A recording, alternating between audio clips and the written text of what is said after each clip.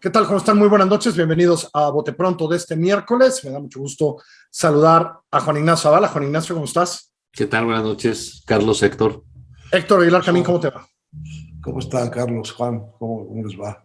Déjame decirles por mi experiencia que hay siempre conversaciones entre los gobiernos, pero cuando una conversación va a ser especial, hace lo que la Casa Blanca hizo ayer en la mañana, que básicamente es decir, oigan, vamos a tener no una conversación telefónica, sino una reunión virtual. Joseph Biden, Andrés Manuel López Obrador, se va a tratar esta cumbre, etcétera, etcétera, pero vamos a hablar de los temas normales, migración, comercio, cambio climático, etcétera, etcétera. Es decir, todo indica que lo que va a pasar el viernes a las 12 del día es una conversación en donde la Casa Blanca y el presidente de México apartan tiempo, se sientan y hablan. En momentos en donde estamos un poco atrapados todavía después de los 2 años de pandemia, de la llegada de Biden, en una relación como atorada, Héctor, ¿estoy bien o estoy mal? Es decir, esa relación nunca es sencilla, pero pareciera que estamos atorados. Hoy mencionaba yo en mi columna que el mismo día sale la nueva política migratoria estadounidense de parte en un memorándum de Mallorcas, pues que repiten lo mismo trompeano, pero ahora sin título 142. Las cosas en energía están tensas, como lo vimos. Estamos atoradones, ¿no? Ahí, Héctor, ¿cómo la ves? Esa es mi impresión, que estamos atorados de la mala manera. Pues estamos atorados en cosas fundamentales que estamos manejando de la peor manera. Ojalá, y esto que dices tú de la manera como está planteada la reunión, dé espacio a una conversación más amplia de todos los asuntos de la agenda bilateral, porque aquí me parece que estamos todavía con Estados Unidos bajo el dictum de Trump. A mí, ustedes me detienen a los migrantes y punto. Y eso es lo que yo quiero de ustedes. Y si ustedes hacen eso, yo como presidente voy a estar muy contento con lo que ustedes hagan en su territorio. Ese es el pacto, digamos, del que nos dio su versión el señor Trump.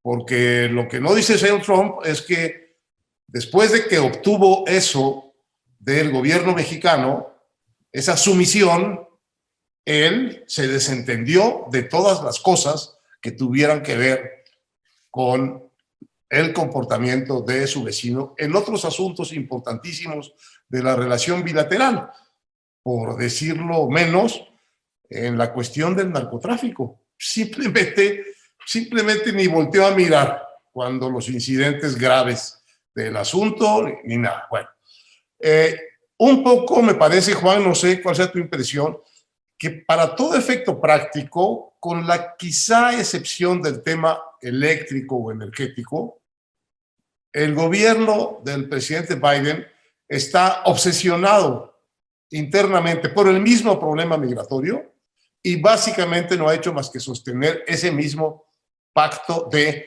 tú me detienes lo que viene de allá y yo no veo hacia ti en el ámbito de mis otros intereses importantes y por tanto no me meto contigo, eres dueño de tu gallinero. Esa me parece que es la muy poco constructiva situación de atoramiento en donde estamos, como tú dices. Tengo esa impresión. Claro, digamos, la prioridad en la relación de aquel lado para acá cambió y fue la migración. Y la verdad que quizás Biden no se hubiera atrevido a apretar a México en ese sentido, como si lo hizo Trump, que es pues, rompiendo cualquier tipo de formalismo o sin ninguna culpa progre, por llamarlo de alguna manera, se aventó, sacó su agenda y le valió gorro. Y para el presidente Biden, pues eso ya es un logro en el cual no se piensa desgastar mucho más. Aquí yo creo que hay un problema, ¿no? Todo lo que sabemos es porque lo informan en Estados Unidos. Incluso lo que anunció Trump el otro día, pues no es nada que que nos sorprendiera a los mexicanos, que sucediera no solo en esas reuniones, sino en otros gobiernos, ¿no? Es una relación, como decía Carlos al principio, como ilustras tú, pues una relación compleja con muchos temas, etcétera. Y el presidente Biden anuncia que va a tener una agenda con una serie de temas que no se habían tocado. Y aquí, pues nada más nos vamos en que si Trump le caía bien al presidente, y que si el respeto, y que si la soberanía, y ahí quedan. Yo creo que un tema que va a crecer es este asunto, por ejemplo, de las agencias norteamericanas, la operación de la DEA concretamente aquí, que la suspendió el presidente López Obrador. Porque al margen de la migración, pues el otro tema va a seguir creciendo y va a seguir latente, y lo de la migración, pues ya México ya lo operó, lo va a seguir operando, el costo ya lo pagó el gobierno mexicano, y el gobierno de Estados Unidos no tiene ni por qué moverle mucho, nos guste o no. Y en el caso... Ahora, pero Juan, lo que dice el secretario de Seguridad Interior de Estados Unidos ayer sobre lo que se viene en el verano, y esta gente sabe, ¿eh? O sea, tiene inteligencia, sabe qué está pasando en Centroamérica, qué está pasando en México. Lo que dice el documento es, nos espera un verano en la frontera sur, y los que lleguen a la frontera norte, de miedo, ¿eh? No, claro, yo me refiero a lo que ha desplegado en materia militar el gobierno de México, pero lo que hemos visto, por ejemplo, en El Salvador, en términos de ese tipo de migración violenta, ¿no? Como son los maras, los pandilleros, y cómo los tienen todos atrapados, y el pacto que se rompió ahí va a acabar pasando por aquí, rumbo a Estados Unidos. Claro, sí. Pero lo grave es que estemos, digamos, frenados o atorados, como tú dijiste. Digamos, en la misma receta que no ha funcionado hace 30 años, pues, ¿no? Digamos, pero más dura. De toda la relación bilateral, quizá el 80% de la urgencia política está puesta en este asunto, pues que sí es muy grave para los Estados Unidos y para México también, porque parece muy sencillo este asunto de que vamos a detener a estos migrantes. La cantidad de barbaridades que hay que hacer para detener a esos migrantes, la cantidad de brutalidad que hay que aplicar, la cantidad de violaciones a los derechos más elementales es enorme, por una parte. Y por otra parte, no está nada claro que sea solo sobre la población centroamericana. La verdad es que es un pacto de contención también sobre el derecho de tránsito de los mexicanos. Bueno, entonces, estar podridos en eso, metidos en eso, haciendo lo peor que sabemos hacer de lado y lado, allá cerrar las puertas y aquí reprimir gente que lo único que anda buscando es, como los mexicanos históricamente, un lugar donde trabajar.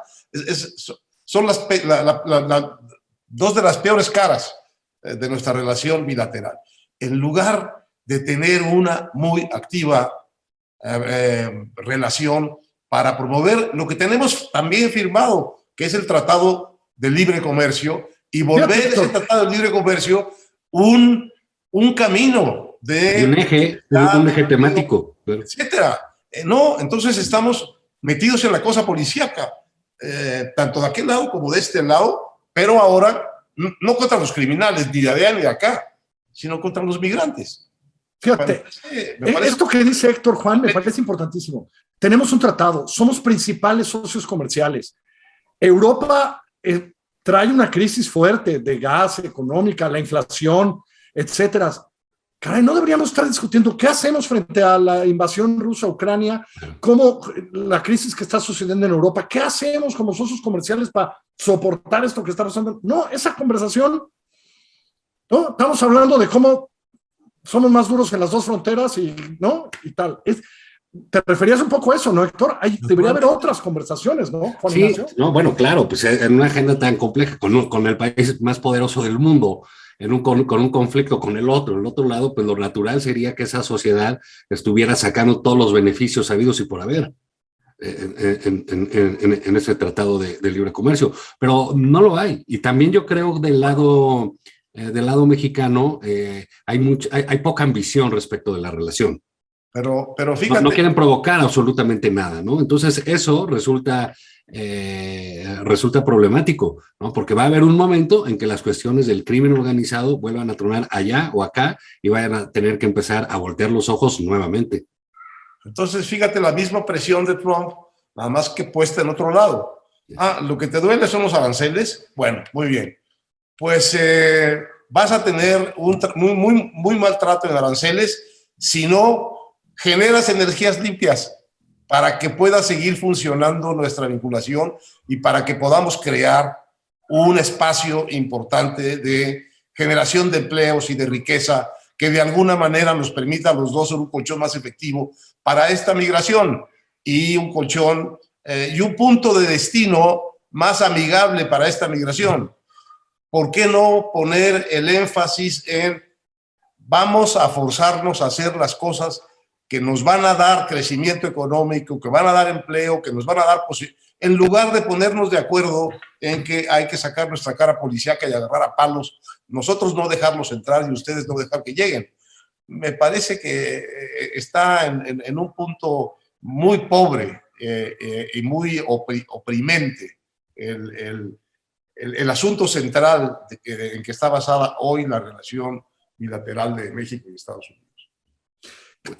Creo que sabemos, Juan Ignacio, por qué pasa en México, lo hemos hablado de mil maneras, y agarra a Joseph Biden en un momento de debilidad en Estados Unidos, en un momento además de elección, aquí por ideología y por un poco también de temor de reacciones, y allá por el temor a las elecciones de noviembre, no se ve mucha salida, ¿no? Así es, ¿no? Pues como que pareciera que nadie quiere que se mueva mucho el gallinero, ¿no? Pero el gallinero tiene una dinámica propia. Y eso pues va a acabar rebasando a los gobiernos, tanto como al propio Biden, porque en ese sentido dejar suelta la agenda de seguridad en estos momentos, ¿en serio?